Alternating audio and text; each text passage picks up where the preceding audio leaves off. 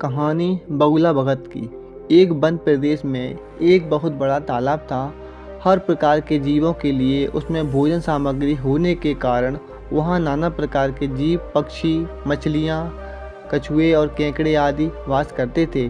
पास में ही बगुला रहता था, जिसे परिश्रम करना बिल्कुल अच्छा नहीं लगता था, जिसकी आंखें भी कुछ कमज़ोर थीं। मछलियाँ पकड़ने के लिए तो मेहनत करनी पड़ती थी, जो उससे खलती नहीं थी, इसलिए आलस्य के मारे वह प्राय भूखा ही रहता।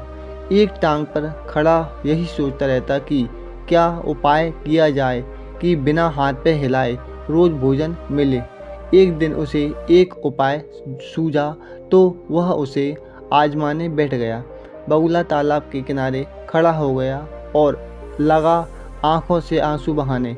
एक केकड़े ने उसे आंसू बहाते देखा तो वह उसके निकट आया और पूछने लगा, मामा क्या बात है, भोजन के लिए मछलियों का शिकार करने की बजाय खड़े आंसू बहा रहे हो। बगुले ने जोर से की हिचकी ली और भर्राए गले से बोला, बेटे बहुत कर लिया मछलियों का शिकार, अब मैं यह पाप कार्य और नहीं करूँगा। मेरी आत्मा जाग उठी है, इसलिए मैं निकट आई मछलियों को भी नहीं पकड़ रहा हूँ।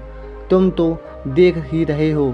केकड़ा बोला, मामा शिकार नहीं करोगे तो कुछ खाओगे, नहीं तो मर ही जाओगे। बगुले ने एक और हिचकी ली, ऐसे जीवन का नष्ट होना ही अच्छा है बेटे, वैसे भी हम सबको जल्दी मरना ही है।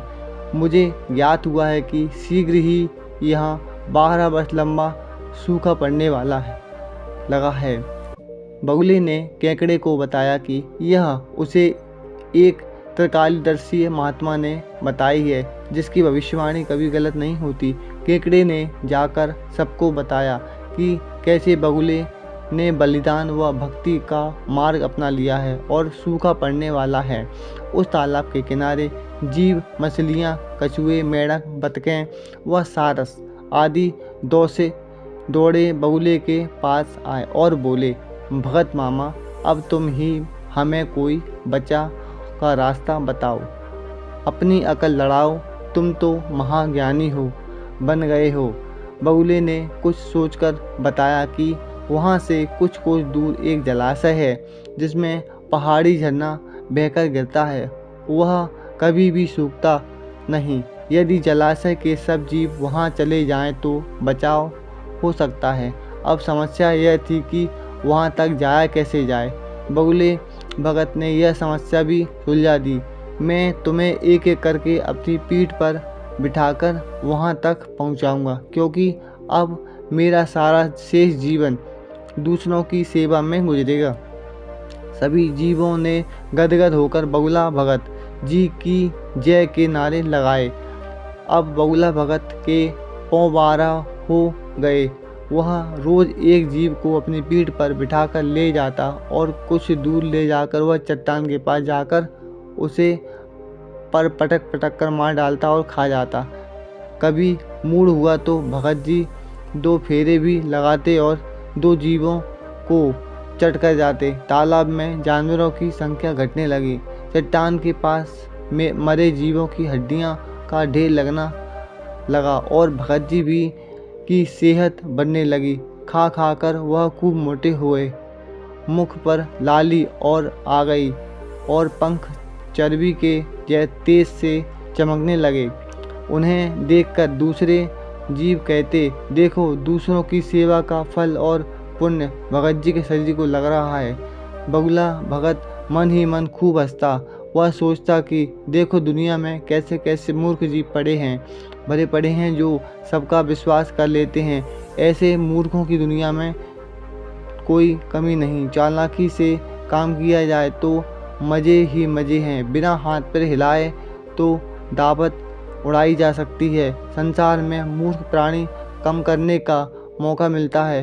बैठे बिठाए पेट भरने का जुगाड़ हो जाए तो सोचने का बहुत समय मिल जाता है। बहुत दिन यही क्रम चला। एक दिन केकड़े ने बगुले से कहा, मामा तुमने इतने सारे जानवर यहाँ से वहाँ पहुँचा दिए, लेकिन मेरी बारी अभी तक नहीं आई। भगत जी बोले, बेटा आज तेरा ही नंबर लगाते हैं, आजा मेरी पीठ पर बैठ जा। केकड़ा खुश होकर बगुले की पीठ पर बैठ गया। जब वह चट्टान के निकट पहुंचा तो वहां हड्डियों का पहाड़ देखकर केकड़े का माथा ठनका। वह हकलाया, यह हड्डियां का ढेर कैसा है? वह जलाशय कितनी दूर है मामा? बगुला भगत ठा ठा करके खूब हंसा और बोला, मूर्ख, वहाँ कोई जलाशय नहीं है।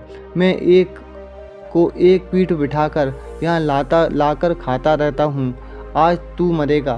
केकड़ा सारी बात समझ गया। वह सिहर उठा, परंतु उसने हिम्मत नहीं हारी और तुरंत अपने जंबूर जैसे पंजों को आगे बढ़ाकर उनसे दुष्ट बगले की गर्दन दबा दी और तब तक दबाए रखी जब तक उसके प्राण पखेड़ न उड़ गए। फिर केकड़ा बगुले भगत का कटा सिर लेकर तालाब पर लौट आया और सारे जीवों को सच्चाई बता दी, कैसे दुष्ट बगुला भगत उन्हें धोखा दे रहा था। सीख, दूसरों की बातों में आकर मुकदंड विश्वास नहीं करना चाहिए।